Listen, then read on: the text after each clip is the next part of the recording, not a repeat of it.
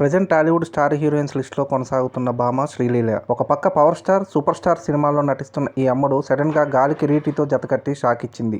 Of course కొత్త hero అయితే చేయకూడదా అని కాదు, కానీ శ్రీలీల తన ఇమేజ్ సమస్యలు గట్రా ఆలోచించకుండా ఈ సినిమా చేసింది. గాలి కిరీటి తొలి సినిమాతోనే శ్రీలీలతో రొమాన్స్ చేస్తున్నాడు. అయితే దీని వెనక రీజన్ ఆమె రెమ్యునరేషన్ కూడా ఒకటనే అంటున్నారు. ప్రస్తుతం సౌత్ లో శ్రీలీల కమర్షియల్ హీరోయిన్ గా క్రేజ్ తెచ్చుకుంది. సో అలాంటి హీరోయిన్ తో సినిమా చేస్తే కమర్షియల్ గా బాగుంటుందని జూనియర్ సినిమాలో కిరీటి పక్కన శ్రీలీలని తీసుకొచ్చారు. అయితే కిరీటితో నటించేందుకు శ్రీలీల డబుల్ రెమ్యునరేషన్ అందుకుందట. మామూలుగా ఆమె ఒక సినిమాకు తీసుకునే రెమ్యునరేషన్ కన్నా డబుల్ ఇచ్చారట.